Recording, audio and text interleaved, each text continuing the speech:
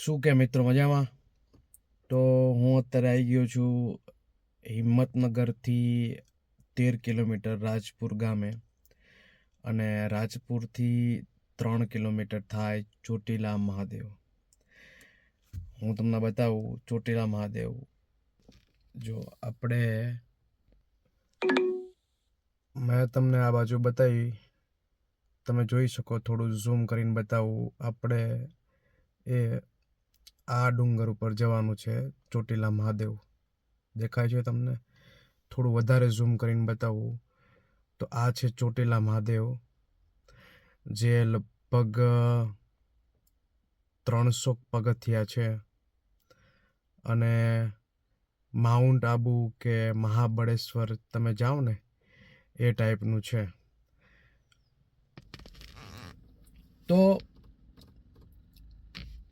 અહીંયા આજુબાજુના 10-12 ગામડાની બાધા અહીંયા ચોટીલા મહાદેવ થાય. અને બાધામાં જ્યારે પહેલું બાળક જન્મે તો એની ચોટી ઉતારવાની બાધા, તેથી ચોટીલા મહાદેવ કહેવાય. અને એનો હું ઇતિહાસ તમને કહું, પણ એ ત્યાં જઈને જોરદાર ઇતિહાસ છે. પણ હું તમને રસ્તા પણ બતાવું, કેવો રસ્તો છે ને કેવું માહોલ છે તમે જોઈ શકો.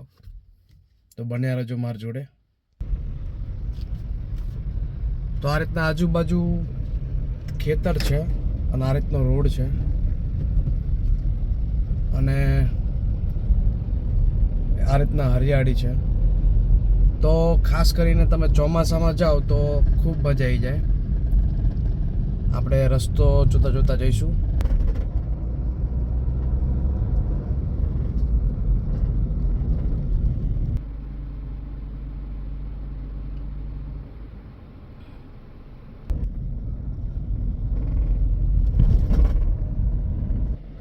તો આ ચોટીલા કંપાનું બોર્ડ આવી ગયું છે એકદમ નજીક, અને આપણે છીએ નજીક.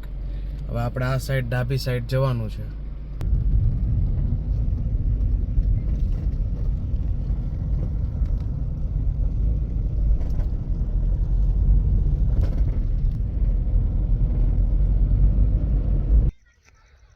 તો હવે આપણે ચોટીલા મહાદેવથી એકદમ નજીક છીએ. તમે જોઈ શકો અહીંયા આપણે જવાનું છે.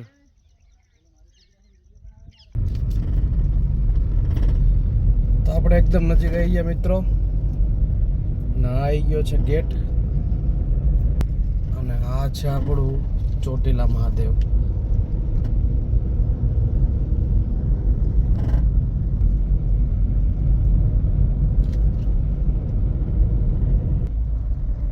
તો એકદમ નજીક આપણે.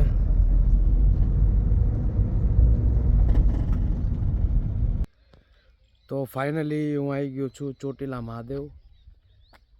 માઉન્ટ આબુ અને તમે મહાબળેશ્વર જાઓ ને એ પ્રકારનું ફિલિંગ આવે ને એવી જગ્યાએ હું આવી ગયો છું. હું તમને બતાવું. તો આ બાજુ છે પહાડો, પહાડો જ પહાડો. અને જો આ બોર્ડ માર્યું છે ઘોરવાડાનું, ઘોરવાડા તીતપુર. અને આપણે ચડવાનું છે ત્યાં ચોટીલા મહાદેવ જેને કહેવાય. જો ઝૂમ કરું, હું તમને ઝૂમ કરીને બતાવું. આ બાજુ મેં મારી ગાડી મૂકી દીધી છે. તો અહીંથી સીધું લગભગ 300 જેવા પગથિયા છે, અને ત્યાં ઉપર છેક જવાનું છે. અને આ મંદિર મિત્રો વાત કરું ને તો 5-6 વર્ષ જૂનું છે. તમને આ બાજુનું લોકેશન બતાડું, જેના રોડ પણ સારા છે. એકદમ હરિયાળી હરિયાળી છે. અને હું જઉં છું ઉપર. બહુ જોરદાર ઇતિહાસ છે આનો. તો લગભગ આ રીતના 350 જેવા પગથિયા છે. હવે આ મંદિરનો ઇતિહાસ તમને કહું તો આ મુજબનો છે. તો મેં હમણાં તમને જે ઘોરવાડા જવાનું બોર્ડ બતાવ્યું, આથી 600 વર્ષ પહેલાં ઘોરવાડાના ઠાકોર સાહેબ, જેમની ગાયો એક ગોવાળ ચારતો હતો. તો આ એરિયા દેખાય, જો આ તમે એરિયા જુઓ આખો, આ તમે જે એરિયા જો આખો, આ જે એરિયામાં ગાયો ચરાવવા એ આવતો, તો પહેલાંના જમાનામાં સ્વાભાવિક છે કે રાજા રજવાડાની વખતે ગાયો રાખતા અને સૌને કામ સોંપવામાં આવતું. તો જે આ જગ્યા ખરી એ બાજુ એ ગાયો ચરાવતો, તો રોજ ગાયો અહીંયા આવતી રહેતી અને અહીંયા આવીને દૂધનો અભિષેક કરતી. રાજા સાહેબને એવું થયું કે આ રોજ ગાયો કઈ જગ્યાએ જતી રહે છે એમ. તો રાજા સાહેબે થોડીક તપાસ કરાવડાવી ઠાકોર સાહેબે કે રોજે રોજ ગાયો જવાનું કારણ શું. તપાસ કરતાં ખબર પડી કે જે આ ગાયો છે ત્યાં કંઈક નવું છે, મતલબ કે કંઈક એવું રહસ્ય છે જેના લીધે બધી ગાયો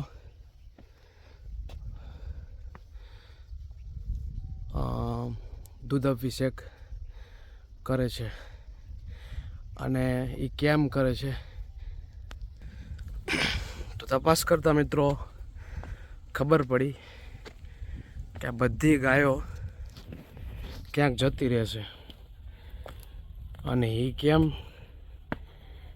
એનું કારણ ખબર પડતા એવું નીકળ્યું કે જે આ જગ્યા છે ત્યાં સ્વયંભૂ શિવલિંગ છે. અને એની વાર્તા હું તમને ત્યાં ઉપર જઈને કહું. તો આપણે એકદમ નજીક છીએ.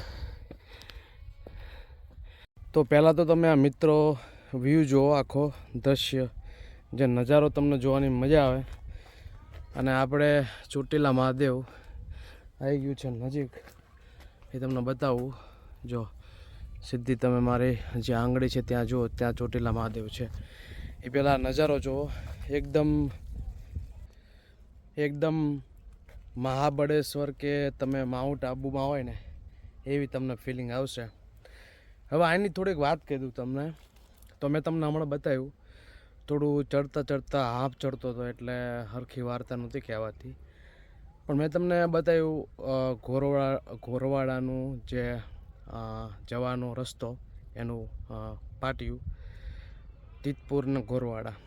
તો 600-700 વર્ષ પહેલાં અહીંયા જે ઘોરવાડાના ઠાકોર સાહેબ હતા, એ તમને જગ્યા બતાવું ને નીચે, એ ત્યાં પોતાની ગાયો ગોવાળને મોકલતા ચરવવા માટે.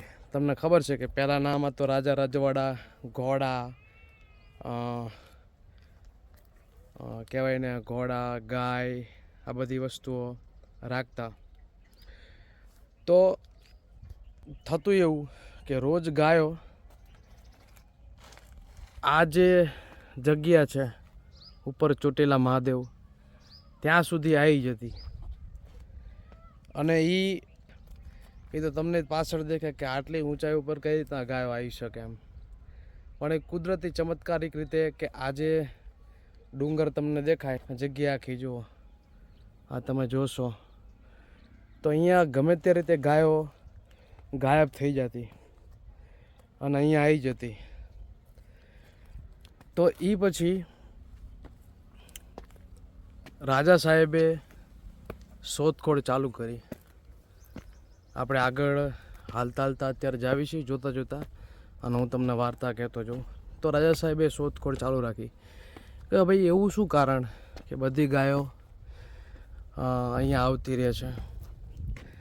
તો તપાસ કરતાં ખબર પડી કે આ જે જગ્યા છે ત્યાં એક સ્વયંભૂ શિવલિંગ છે. અને ત્યારબાદ ઠાકોર સાહેબે અહીંયા સ્વયંભૂ શિવલિંગ મળતા અહીંયા મંદિર બંધાવી દીધું, જે તમે જુઓ. અને એક ખાલી આનો નજારો જુઓ મિત્રો, એકદમ જોરદાર છે. મજા લઈ રહ્યો છું આની. અને આગળ હવે હું નજીક આવી ગયો છું અને હું તમને આની વાર્તા કહેતો જાઉં. તો એકદમ નજીક આપણે મંદિરની એકદમ નજીક હવે લગભગ 20 પગથિયા છે. અને આ ખાલી નજારો જુઓ, એ તમારે જોયા જેવો છે.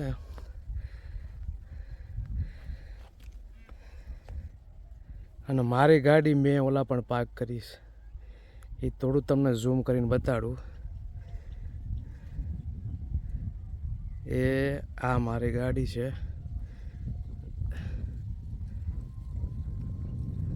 જે કદાચ તમે જોઈ શકતા હોય તો આ રહી. હજી થોડું ઝૂમ કરું, આ રહી મારી ગાડી. તો ત્યારબાદ મેં તમને કીધું કે સ્વયંભૂ શિવલિંગ ત્યાં મળી આવ્યું અને આ પછી આ મંદિર બનાવ્યું. હવે અહીંથી 10-12 ગામ નજીક પડે છે, જેમ કે રાજપુર છે, પછી તીતપુર છે, આ બધા ગામડા. તો અહીંયા કોઈ પણ ના ઘરે પહેલું બાળક આવે ત્યારે ચોટી ઉતારવાની માનતા કરવામાં આવે છે. તો ત્યારથી આ જગ્યાનું નામ ચોટીલા મહાદેવ તરીકે પ્રસિદ્ધ થયું. હવે આપણે એકદમ નજીક જો આનું એક લોકેશન જુઓ તમે, માઉન્ટ આબુ જેવું ફિલિંગ આવશે. નજીક આવી ગયો છું અને હું જઉં છું ઉપર.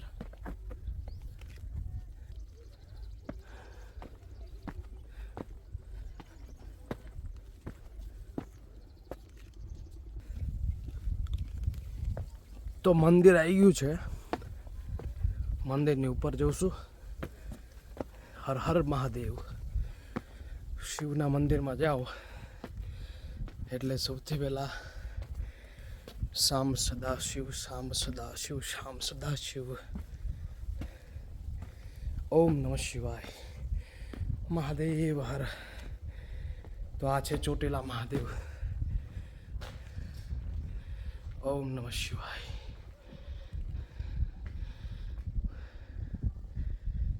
તો ચોટીલા મહાદેવ હું આવી ગયો છું. તમને નજારો બતાવું જે તમે જોઈ શકો.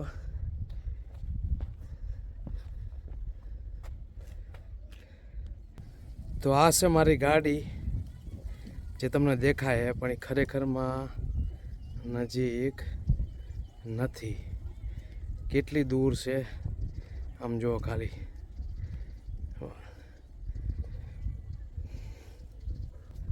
તો એટલો હું ઉપર આવી ગયો છું અત્યારે. એકદમ અદ્ભુત માઉન્ટ આબુ જેવી ફિલિંગ આવે ને એવી ફિલિંગ ઉપર હું આવી ગયો છું. અને ખાસ કરીને લોકો એક રવિવારના દિવસે પિકનિક જેવો માહોલ થઈ જાય ને એ રીતના લોકો અહીંયા આવે છે. તો આગળ મેં જે રીતના વાત કરી કે આજુબાજુના ગામડાવાળા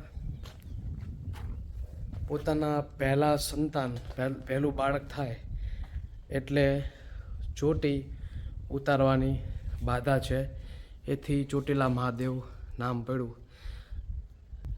અને ખાસ કરીને જ્યારે મેં આનું નામ સાંભળ્યું ત્યારે મેં ગૂગલ મેપ્સમાં જોયું તો એક તો લોકેશન માઉન્ટ આબુ જેવું, અને બીજું કે ભગવાન ભોળાનાથનું જે શિવલિંગ છે અહીંયા એક અલગ જ પ્રકારનું છે. એ હું તમને દેખાડું.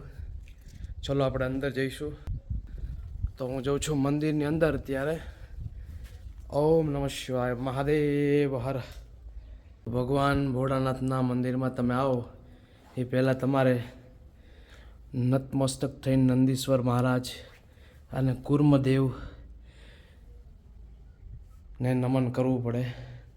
અને આ બાજુ આપણા મારા ગુરુદેવ શ્રી હનુમાનજી મહારાજ. ઓમ નમઃ શિવાય. ગણપતિ દાદા. ત્ર્યંબકાય ત્રિકાગ્નિકાલાય કાલાગ્નિરુદ્રાય શ્રીમન્મહાદેવાય નમઃ. ઓમ નમઃ શિવાય.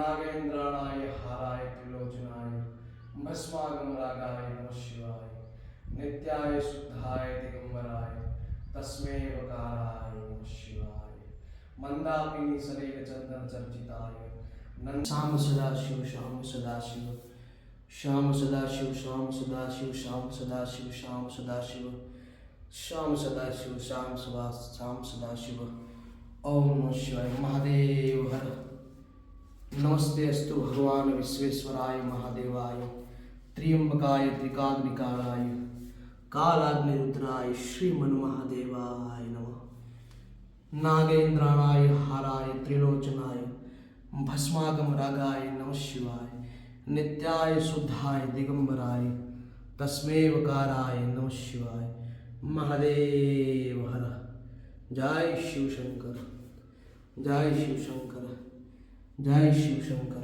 महादेव हर जय शिव शंकर जय शिव शंकर जय शिव शंकर नमस्ते अस्तु भगवान विश्वेश्वराय महादेवाय त्र्यंबकाय त्रिकाग्निकालाय कालाग्निरुद्राय श्रीमन महादेवाय नमः ओम नमः शिवाय ओम नमः शिवाय ओम नमः शिवाय ओम नमः शिवाय ओम नमः शिवाय ओम नमः। तो आखिरे हूँ आई गयो छू ચોટીલા મહાદેવ। तो भगवान भोળાનાથનું હું સ્તુતિ કરીશ। ओम नमस्ते अस्तु भगवान विश्वेश्वराय महादेवाय त्र्यंबकाय त्रिकाग्निकालाय कालाग्निरुद्राय श्रीमन्महादेवाय नमः। श्री राम रामेति रामेति रमे राम मनोरमे सहस्रनाम ततुल्यं राम नाम वरानने।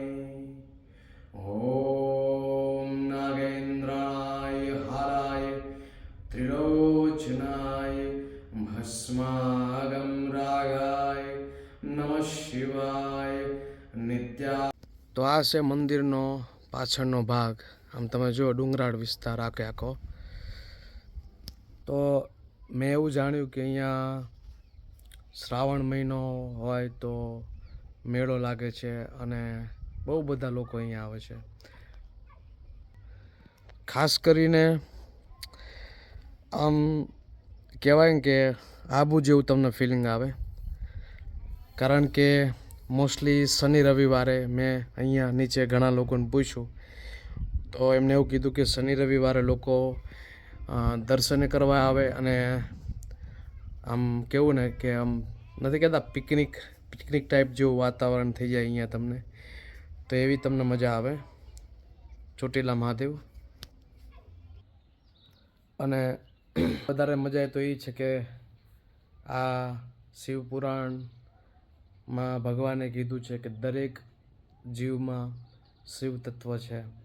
તો ઓમકાર શબ્દ તમે જોશો તો ઓમકારથી શરૂઆતમાં નાભિએથી તમે ઓમકાર બોલો તો ત્યાંથી બ્રહ્માજી, મધ્ય વિષ્ણુ ભગવાન અને છેલ્લે તત્વ શિવ તત્વ। તો અહીંયા દરેક વ્યક્તિઓ સાથે શિવ તત્વ જોડાયેલું છે। તો ફાઇનલી કહેવાય ને કે આ જે જગ્યા છે એનું મેં ગૂગલ મેપ્સમાં જોયું હતું અને એ પ્રકારનું જ આ વાતાવરણ છે। તો સમય નીકળે તો આવી જજો, બાકી મને તો બહુ મજા આવી ગઈ। ઓમ નમઃ શિવાય। તો ફાઇનલી મિત્રો મને તો ખૂબ મજા આવી ગઈ અને સાંજના 5 વાગી ગયા છે।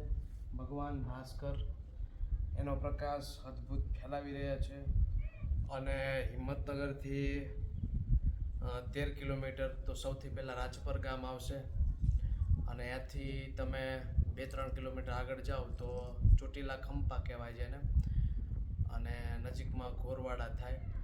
તો હું તો સુરેન્દ્રનગરથી છેક આવ્યો છું, મને તો બહુ મજા આવી ગઈ અને ભગવાન ભોળાનાથની એવી દયા છે કે મને અહીંયા સુધી લાવે છે।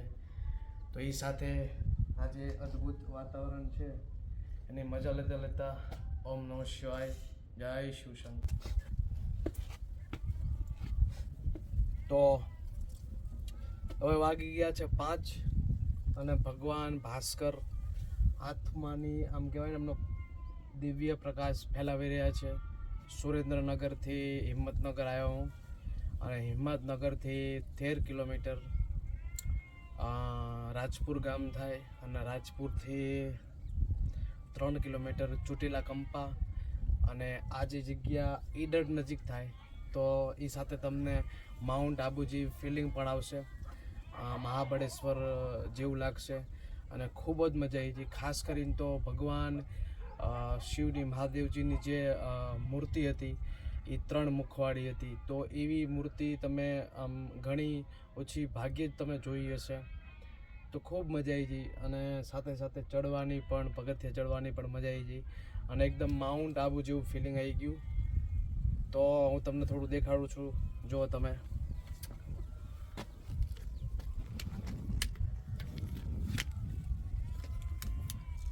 તો આ રીતના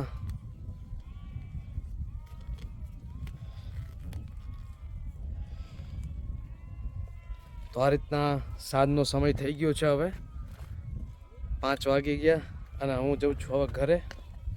આ રીતના માઉન્ટ આબુ જેવું ફિલિંગ આવી ગયું, તમે જોતા જાઓ. બહુ મજા પડી ગઈ. જે રીતના મેં ગૂગલમાં જોયું હતું એ રીતનું જ વાતાવરણ છે અહીંયા. તો ગૂગલમાં તમે લખશો, ગૂગલ મેપમાં ચોટીલા મહાદેવ, તો તમને આરામથી મળી જશે. અને ખાસ વાત એ કે પણ જોરદાર છે. તો આપણે જોતા જઈએ. આ તમે જુઓ, એકદમ વાતાવરણ છે, ચારે બાજુ ડુંગરા જ છે. તો સાંજનો સમય જવું પડશે ઘરે. એ સાથે ખૂબ મજા આવી જાય. તો કાયમ સદાય રક્ષા કરતા મારા અને તમારા ભગવાન ભોળાનાથ.